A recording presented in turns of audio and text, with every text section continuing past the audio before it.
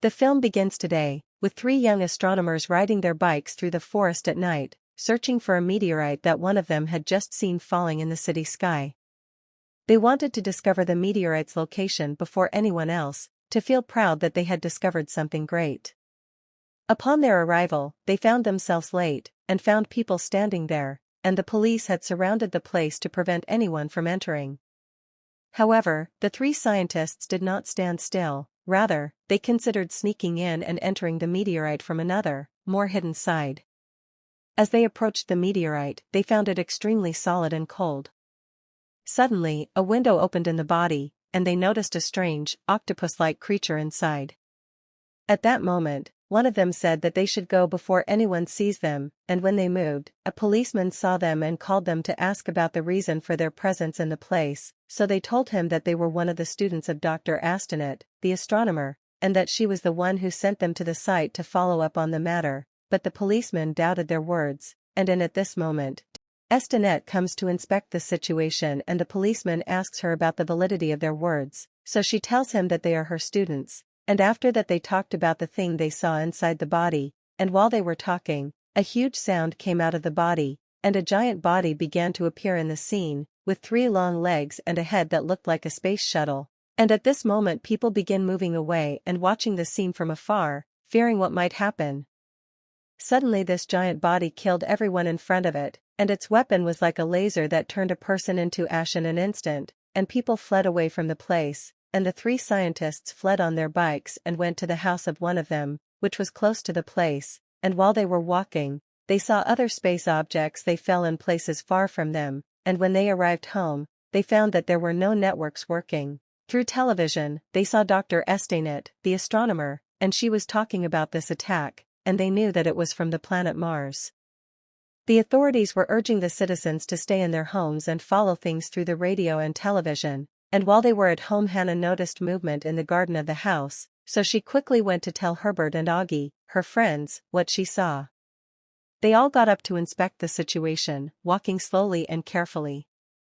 As they approached, a soldier came out from behind the crops. His name was Baxter. Herbert allowed him to enter his house. When he entered, he was telling his story and what had happened to him and his unit. And he told them these three-legged creatures had simply wiped out the entire unit and destroyed the entire town they were in. He told them that the army could never control the situation, and that we were like ants to them. He told them that they should get out of this house because they were not far from them. After hearing this news, Herbert decided to go to his mother in Leatherhead City. Augie and Hannah decided to go with him. When they asked Baxter about news of Leatherhead and the way to it, he told them that he could not help them after he lost contact with the command and that there was no means of communication between him and his commanders now, after communications were cut off as a result of the ongoing war. Then Herbert said that he had a wireless phone, and through it, Baxter was able to contact his command, who they were surprised to learn that he was still alive, after his unit was completely wiped out. Through his communication, he was able to learn that there had been other landings of these three-legged things in other places, and that the road to Leatherhead was not safe. The leadership had told him not to drive, as these things could track them through the car exhaust. From here they started walking on bikes, and while they were walking there were army planes flying above them, and on the other hand and in the distance they saw the three-legged things, destroying an entire area. After that they continued walking until they reached an area with army personnel and leaders, and Baxter joined the army again, and thanked Herbert and Hannah, and Augie agreed to help them, and helped them take a boat to the other side and told them that he would come after them. While they were in the boat, they saw a large number of birds flying above them as if they were escaping from something. In a moment, the three-legged creature appeared on the scene, and in front of it were the army forces, who dealt with it with tanks and planes and brought it down to the ground. But soon the situation changed and another group of three-legged appeared, and the situation changed and they were able to defeat the army forces in a moment. Hannah had lost consciousness and Herbert and Augie were standing next to her to wake her up, and they told her that the army in the area was completely finished, and that they must leave the place before these creatures come again, and they killed them. And when they left the place, they met on the road a man who was sitting by the trees, and he looked very sad and desperate after losing his son to the attacks of these three-legged things, and they asked him about the road they should take to. find a safe place and food, but he did not answer them at first, and he was talking to them about this being the end of the world and that we were getting what we deserved for what we did from sins, and after that, he pointed out to them a way to find houses and food, and when they left him and went and arrived at a house, this man was behind them and entered the house with them, and while they were in this house, a quarrel occurred between Augie and the man, so the man took out a knife to attack Augie, and at this moment, Herbert intervened to calm the situation, but the man attacked. He beat him and almost killed him if it weren't for their talking to him to calm him down and not do this act.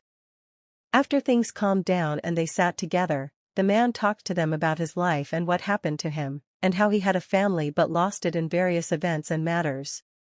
After he told them his story, he left them to rest a little and he was asking and warning them not to make any noise that would bother him. Then after a little while later, the three-legged creature passed by, and they were careful not to make any noise. While they were moving inside the house, the man came again, and he was annoyed with them without knowing what was happening. He was talking to them sharply and in a loud voice, and they were asking him to lower his voice, but he did not listen to them.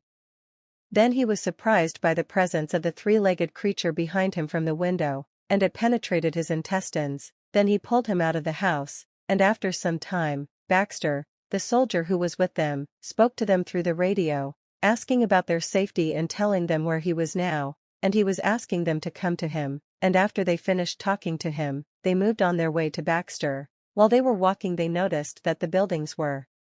covered with something like veins. It was bloody, and the sight was very alarming, but they did not stop their journey, but kept on their way to Baxter, and when they arrived, Baxter, who was a craftsman in this place, almost camped, welcomed them, and when they sat down, the talk became about these things, that they were all heading to a place called Primrose Hill, and that they were holding people captive there in this place, and that the situation now it was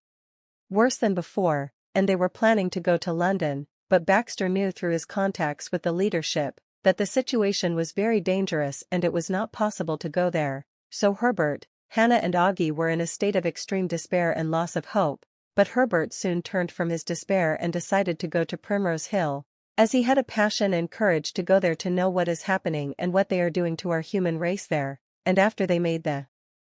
decision, they all moved on their way there, and when they arrived they found a lot of giant three-legged, and their Herbert and Hannah separated from Augie and Baxter, and Herbert and Hannah in their search had found a place, and this was the breeding place and fertilization of these creatures, and there were semi-embryos of these aliens in it, and when Herbert and Hannah saw these things, they were very upset and fled from the place and quickly contacted Baxter to tell him what happened, and while they were talking to him, these creatures had reached Augie and grabbed him, but Baxter did not stand still, but ran after them and fired on them, and when she caught him, he pulled the fuse of the hand grenade he had with him and it exploded immediately with him, but Augie fell to the ground and nothing happened to him, and at the same time, Herbert and Hannah were coming quickly as the three-legged one was chasing them, and while they were escaping, they did not find in front of them anything but a place under the ground, which they sneaked into through a cover, and they remained in this place. After a while, they noticed that it was quiet outside, and there was no sound, so they decided to go out again to see what had happened.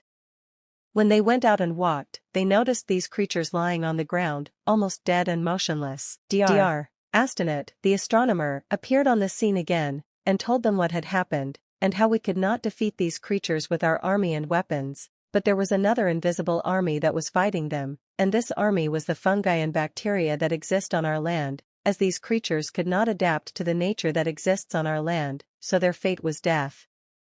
Thank you for following, and do not forget to like and subscribe to the channel to receive everything new.